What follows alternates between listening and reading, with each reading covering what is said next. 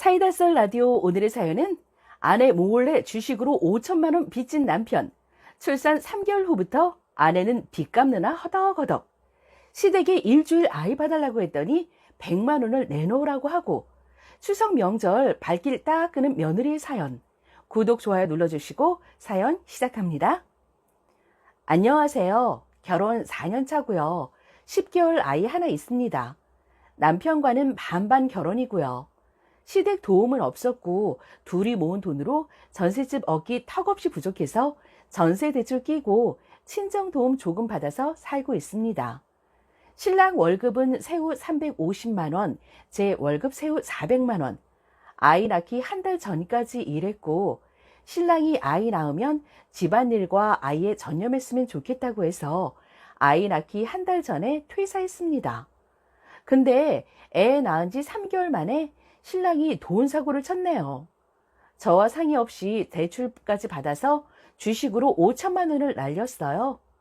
지금 전세 대출도 다 갚지 않은 상황에서 이혼 직전까지 싸우고 한바탕 난리 나고 신랑은 무릎 꿇고 빌고 이후 저는 다시 직장을 구합니다.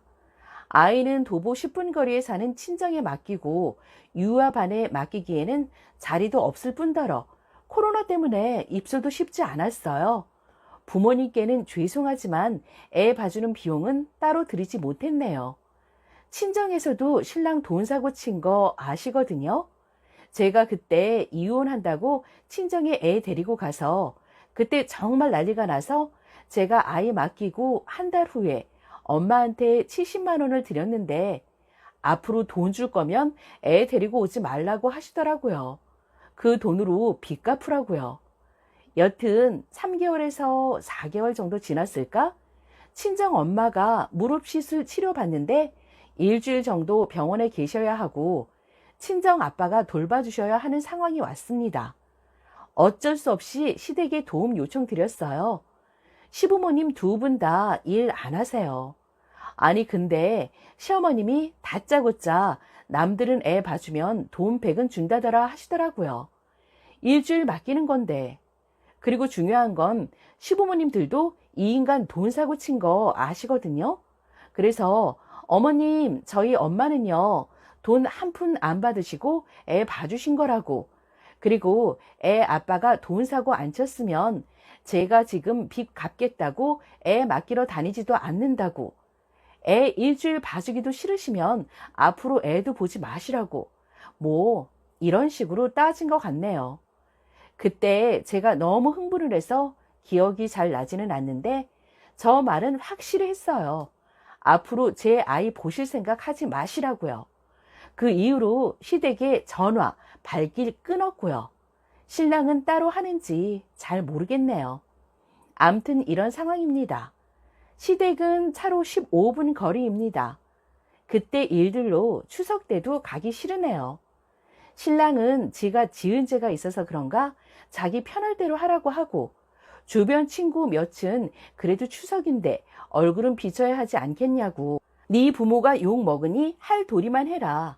또 친구 몇은 발길 끊어라 하고 그때 일주일 아이는 저희 언니가 봐줬네요. 참고로 저희 언니는 저희 집과 1시간 반 거리에 살고 애가 둘입니다. 그때 일주일 동안 애 픽업에 고마워서 죽는 줄. 여러분은 제 상황에 시댁 갈 건가요? 추가입니다. 시어머니가 애 안 봐주신 거에 화가 났던 건 제가 결혼 3년 넘어서 아이를 가졌는데 그 아이 없는 3년 동안 정말 죄인 되듯이 시달렸어요. 동서가 아이가 둘인데도 장손이 중요하다고 동서 있는데 대놓고 그렇게 저를 달달 볼 것일 땐 언제고 장손 낳으니 고작 일주일 봐주신다고 100만 원 얘기 꺼내시는데. 그리고 애 양말 한쪽 못 받아봤네요. 추석 때 갈 마음 하나도 없었는데 부모 욕 먹으니 할 도리만 하라는 친구 면 얘기에 흔들립니다. 추가합니다. 본의 아니게 남편과 함께 댓글을 봤어요. 남편은 글 올렸냐고, 누가 가라고 했냐고, 왜 쓸데없는 얘기를 올리냐고 카톡이 왔네요. 지 친구들한테 쪽팔리다라 뭐라나. 결론부터 말씀드리자면 시댁에는 안 갈 겁니다. 몇 친구의 말에 잠시 흔들렸던 건 사실이지만 그리고 댓글대로 시댁가란 친구 몇은 미혼 맞고요. 발길 끊으란 친구들은 기혼입니다. 댓글 보고 깜짝 놀랐어요. 그리고 제가 틀린 생각이 아닌 것 같아 마음이 더 확고해졌고요. 댓글 하나하나 모두 잘 읽었습니다. 너무 감사해요. 남들인데도 본인 일 마냥 주식 사건 때 정말 이혼하려고 아직 3달밖에 되지 않은 피덩이 데리고 친정에 갔었어요. 간단한 집만 챙겨서요. 집 주인과 통화까지 했고 그 와중에 아이랑 살 작은 집까지 알아보고요. 멍청하고 미련하게도 아이가 제 발목을 잡았고요. 신랑이 친정집에 와서 저희 부모님이 주식을 왜 했냐고 뭐라고 했을 때 눈물 흘리면서 무릎 꿇고 몇 날 며칠을 빌더군요. 한 달을 그렇게 있다가 용서 아니 용서를 해준 것 같아요. 암튼 시댁은 남편 혼자 보내든 하려고요. 이번 추석에 제가 안 갔다고 시댁에서 저한테 전화해서 뭐라고 하면 이혼도 염두에 두고 있어요. 지금 내가 쓰지도 않은 구경도 못한 5천만 원 빚 때문에 스트레스가 이만저만이 아닌데 시댁 스트레스까지 더하면 남편과 살 필요성이 없는 것 같네요. 당신이 이걸 보고 있을 거라는 거 알아. 집에 와서 똑같은 말 반복하게 하지 말고 카톡으로 그랬지? 이미 지난 일 뭐하러 남들한테 쓸데없이 얘기하냐고. 만천하에 공개해서 얼굴도 못 들게 할 생각이냐고. 이미 지난 일? 그럼 그 빚도 이미 지나서 없어져 버렸니? 네가 진 빚 그대로 있잖아. 그 빚이 없어져야 지난 일이 되는 거야. 창피한 줄 알면 애초에 이 일을 만들지 말았어야지. 그리고 그때 시어머니가 100만 원 달라고 했을 때 장난이셨겠지라고 했지? 댓글들을 좀 읽어보고 그딴 소리를 해라. 아이 갖고 100만 원 말씀하신 게 장난으로 나올 소린가? 아, 그리고 그래 왜 자기가 집안일 다 한다는 건 안 썼냐고 본인 위주로만 글을 쓰고 본인 욕만 듣게 할 생각이냐고 해서 덧붙이자면 집안일 신랑이 합니다. 이게 뭐 중요한 얘기인지 애초에 제가 쓴 내용들과는 상관없는 얘기인 것 같아 적지 않았을 뿐 집안일은 거의 남편이 해요. 저는 주말에 일주일치 반찬과 국 만들고 친정에서 반찬들 가져오고 아이 케어도 같이 해요. 굳이 이걸 적어야 하는 이유를 몰라서 안 적었네요. 애 낳기 전에는 집안일 반반 하다가 주식 사고 치고 본인이 이제 집안일 다 하겠다고 한 거예요. 그리고 지금은 하지 않지만 투잡으로 제가 주말, 토, 일요일은 지인 피팅 모델 알바까지 했네요. 말이 알바지 그때 몸매 관리한다고 배로 힘들었어요. 페이가 세서 힘든 다이어트도 해가며 3개월은 투잡을 했어요. 이거 빼곤 제 위주의 글은 없네요. 그리고 전셋집 얻을 때 친정 도움 4천만 원입니다. 시댁은 땡전 한 푼 없었고요. 이 부분도 사실이니 적어야겠네요. 댓글 중에 친정 부모님 고생시킨다는 글을 보고 마음이 아팠어요. 그리고 정작 내 부모님들한테는 내 아이나 맡기고 시댁갈 걱정이나 하고 있었다니 제가 한심하기 그지 없습니다.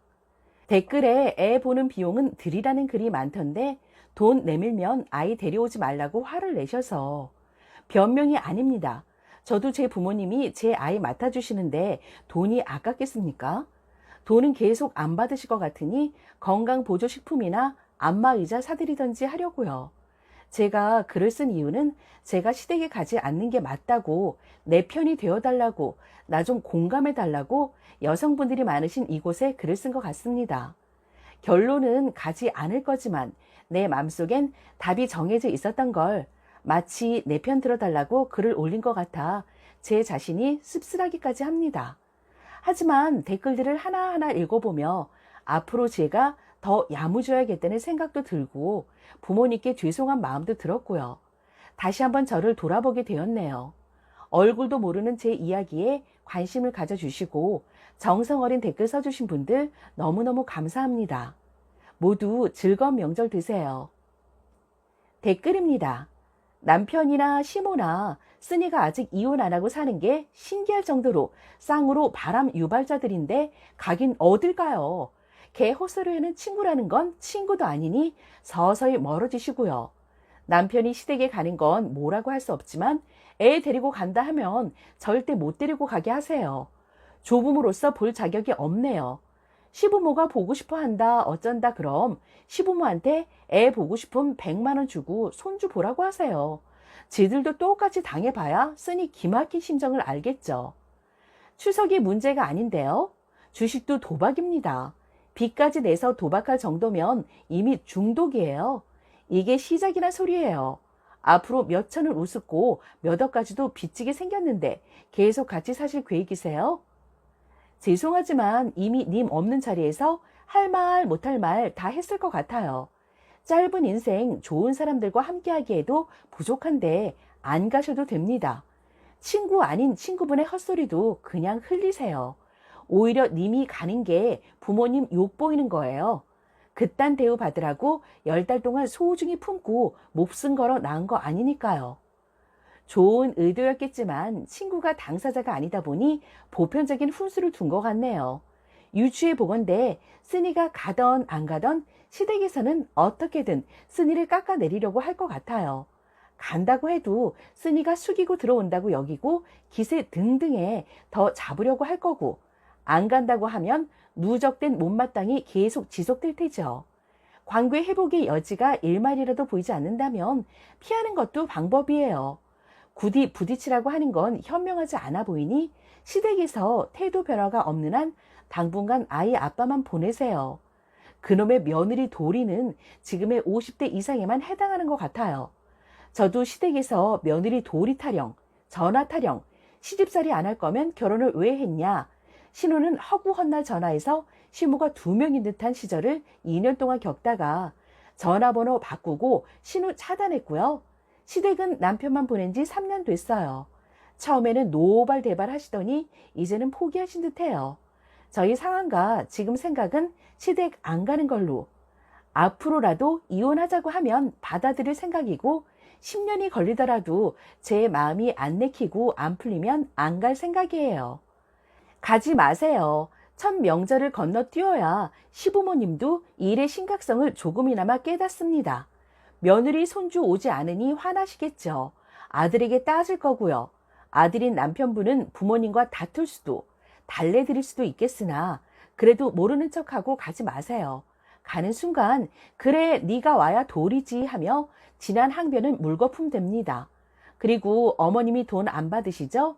친정에 더 잘하세요. 물리적으로 시간 내시고 정성을 다해드리세요.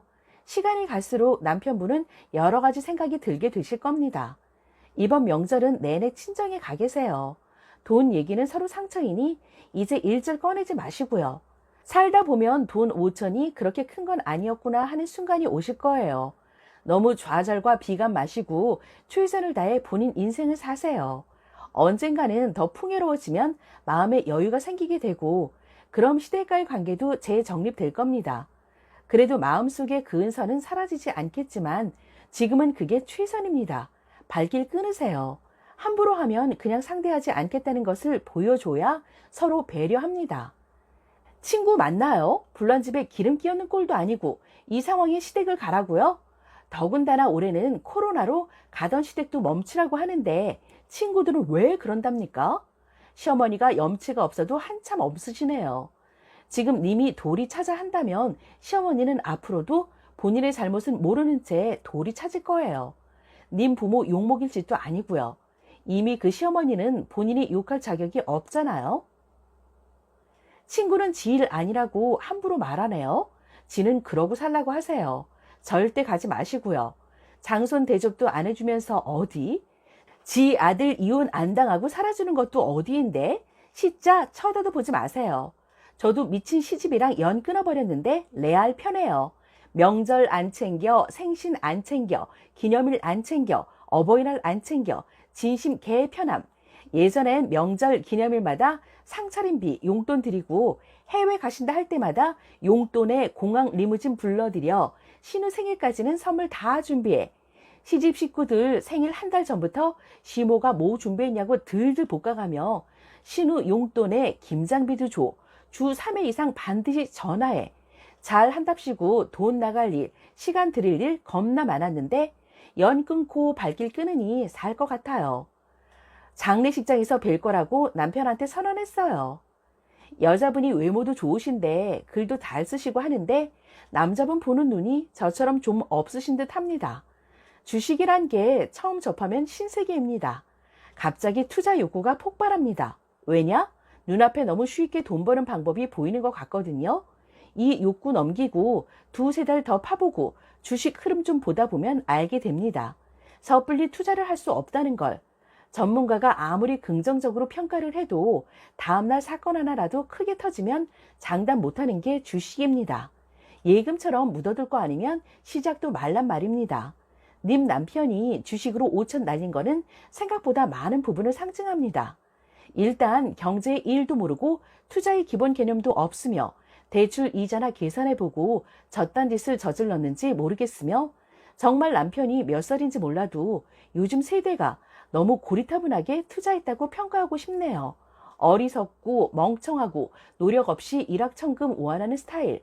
제가 그런 남자를 9년 동안이나 미련 못 버리고 개고생하다가 돈 한 푼 못 챙기고 이혼합니다. 근데 너무 후련하네요. 벗어나서 이제라도 내 말 새겨들어요. 친정 부모님이 안 받는다고 안 드리지 말고 괜한 안마의자로 돈 쓰지 말고 남편 쪽 못 믿으니 비상금 용도로라도 돈을 맡아달라고 하세요. 부모님이 아이 봐주시니 필요하면 쓰셔도 좋고 이혼을 하더라도 돈이 필요할 텐데 돈은 많을수록 좋은 거니까요. 친정 부모님이 돈을 안 받으신다면 아기 봐주는 비용 매달 적금 들어놓고 나중에 아버님 퇴직하실 때 또는 칠순, 부모님 결혼 50주년 이럴 때 목돈으로 드리면 됩니다. 남편이나 시가나 때로 미쳤네요. 그때 정리하지 뭐하러 용서하고 같이 산다고 했을까? 에휴. 그리고 쓴이도 한번 연 끊기로 한 거면 그걸로 끝이지. 그걸 왜 고민하고 있어요? 솔직히 나라면 이참에 남의 집 아들 반품하겠어요. 사이다 썰 라디오 구독, 좋아요, 공유, 댓글 많이 남겨주시고 다음 사연에서 다시 만나요. 감사합니다.